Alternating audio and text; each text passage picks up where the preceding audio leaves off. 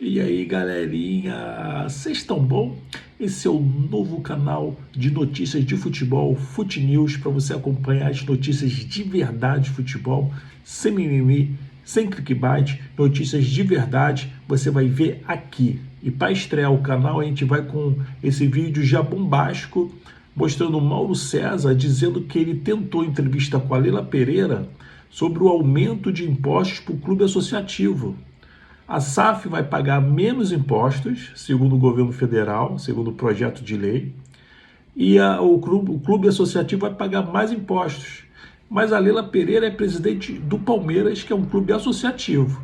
Ué, por que ela não defende abertamente a redução de impostos para o clube associativo? Será que ela tem algum interesse em transformar o Palmeiras em SAF? Será que ela tem interesse em comprar a SAF do Vasco? Será que ela está defendendo os interesses do filho do marido dela lá, que quer comprar a SAF do Vasco? E os interesses do Palmeiras? Afinal, ela é presidente do Palmeiras. Vamos ver essa entrevista bombástica, muito bacana. Foi no BarbaCast. Vamos lá, vamos ver. Zoom. De entrevistá-la, perguntar. Eu, na semana passada, mandei uma mensagem para o assessor da Leila, manifestando meu interesse em fazer com ela uma entrevista, que fosse até por WhatsApp, por e-mail, por telefone, como fosse possível, né? Sobre essa questão da tributação, da reforma tributária, que vai impactar os clubes associativos com impostos mais elevados do que as SAFs. Uhum. Ela é presidente de um clube associativo, só que na ocasião a resposta foi de que ela não queria se manifestar a respeito do tema. Então, aí não adianta nada. A gente não pode obrigar a pessoa a dar entrevista, né? Claro. Agora, existem vários jornalistas que atuam nessa área político-econômica, digamos assim, né, que podem procurá-la para entrevistar a respeito disso. E aqueles que cobrem futebol, que eventualmente tiverem oportunidade, deveriam perguntar, eu concordo. Eu não tive essa chance. Já entrevistei antes, mas dessa vez não foi possível. Hoje ela deu uma entrevista para a Cazé TV. Sim.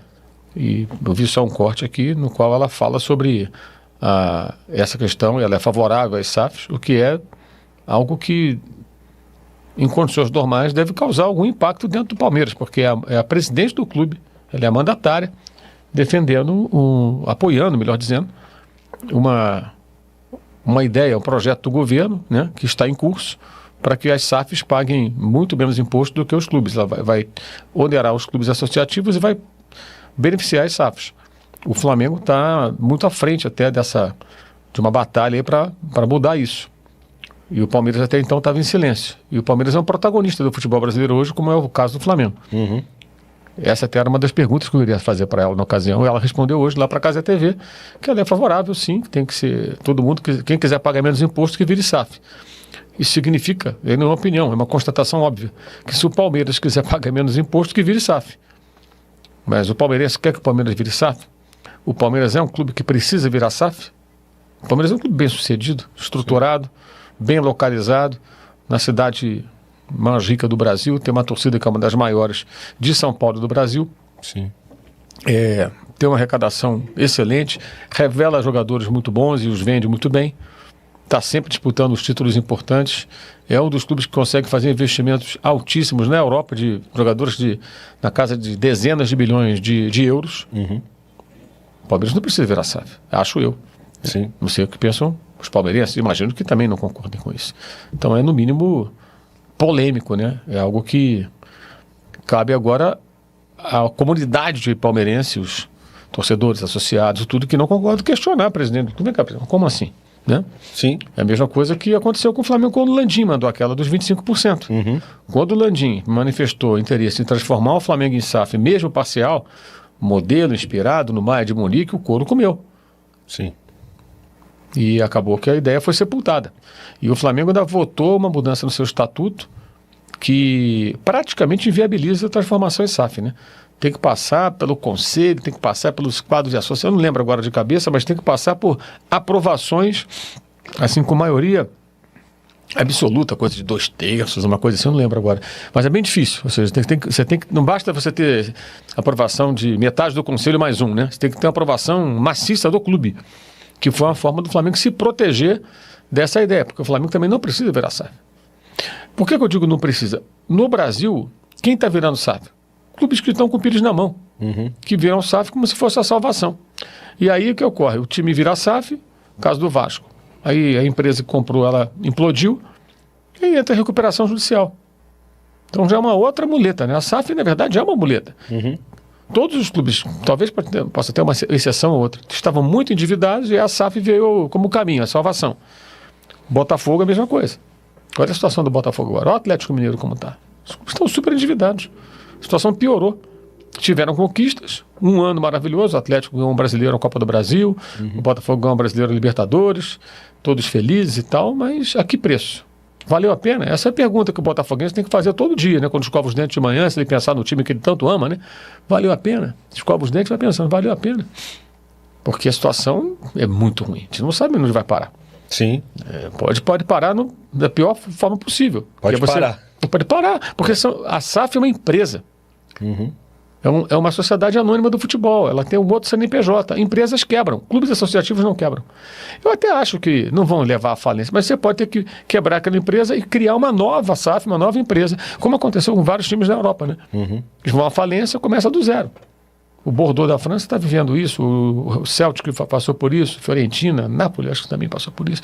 Vários times passaram por isso na Europa. Mas lá na Europa o cara desce até a Você vai para a última divisão. Não, né? Aqui no Brasil você teria que ir para a última divisão do campeonato estadual. Para começar no estadual, porque, né? Vai classificando. Vai se classificando até você chegar na Série D, C.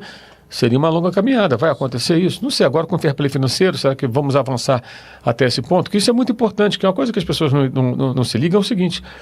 Quando um clube não cumpre as suas obrigações financeiras, aí alguém dirá, tem até jornalistas que defendem essa tese que eu considero tacanha.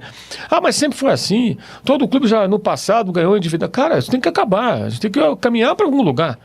A gente tem que buscar uma organização. Até quando vai ser essa bagunça? Né? Os clubes endividados dando calote, até quando? E nem precisa, né? Não, e não dá. O faturamento dos clubes cresceu muito no Brasil. Né? Só que para você se organizar, você tem que fazer alguns sacrifícios. Eu comparo sempre com a vida de uma pessoa. Um cara que está, sei lá, desempregado, está sem dinheiro. Ele faz o quê? Ele corta os custos. Aí ele procura o quê? Procura um trabalhinho aqui, outro ali, para ganhar uma grana, ele defende um qualquer aqui, arrumou outro emprego. Ele faz o quê? Compra um carro zero? Não. Ele acerta as contas, se ele estiver devendo ali o açougue, ao mercado, a um parente, ele vai lá, paga, se ele for a pessoa correta. Paga todo mundo, organiza a vida dele. Aí lá na frente ele fala, agora eu acho que eu consigo comprar um carrinho. Aí vai lá, vai na loja, financia, ou junta um caraminguá ali para comprar um carrinho usado à vista, mas ele junta o dinheiro, aplica, ele trabalha para chegar lá, ele vai ralar até chegar a esse ponto. E o clube de futebol é a mesma coisa, você vai parar tudo, vai jogar com um time mais barato, vai correr risco de rebaixamento, é inerente à situação, você está todo endividado, né? E vai buscar uma solução. É uma coisa até curiosa. O pessoal fala assim, mas tem que contratar, senão o time vai ser rebaixado. Se a realidade sua é essa, cara, você vai ser rebaixado. E aí tem uma coisa que é interessante no futebol, que até tem um livro chamado Soccernomics, que tem uma passagem que eles falam sobre isso. É um livro que fala de futebol e economia, né? Eles falam que o futebol é o único ramo de atividade onde você, entregando um produto de qualidade inferior, você não perde sua clientela. É verdade. Porque, por exemplo, esse refrigerante aqui, se amanhã mudar de sabor, as pessoas não gostarem, elas mudam para outra marca. Computador, se amanhã você comprou um computador e não funciona direito, dá pau e tal, você sempre comprei dessa, você compra outro. Celular, mesma coisa. Carro, a mesma coisa. As pessoas não têm uma relação de fidelidade eterna. Você pode ter uma preferência, você gosta da marca. Mas se a marca te decepcionar profundamente, fala, cara, nunca mais eu compro. Tive vários carros dessa marca, mas esse último é uma bomba. O carro do fulano da outra marca lá é melhor. Eu vou comprar, vender esse, vou comprar da marca do fulano lá que não dá problema. Sim. O time de futebol você não muda, né? O time rebaixado você continua com ele. Então, o seu público consumidor, digamos assim, ele continua do seu lado. E aí você consegue fazer o quê? Você vai para a segunda divisão, se você for bem gerido, você monta um time de segunda divisão, bom para ganhar a segunda divisão, gastando menos, e você tem chance de subir. Sim. Se você for time grande, você tem camisa, você tem torcida, você tem mídia, que os outros não têm como você, tem arrecadação. E há sempre o que acontece, quando um time cai, a torcida costuma fazer o quê? Ela dá a mão, né? Isso, abraça. Ela abraça, porque ela não tem opção. Fala, cara, o time caiu, ou a gente ajuda a subir, ou então a gente vai cair de novo para uma outra divisão, onde vai parar o nosso clube? É instintivo isso. Sim. Então, se bem gerido, o clube cai e ele volta. O Corinthians viveu isso. Ele cai em 2007, volta em 2008, se reorganiza, se estrutura, cria CT, que ele não tinha e tal.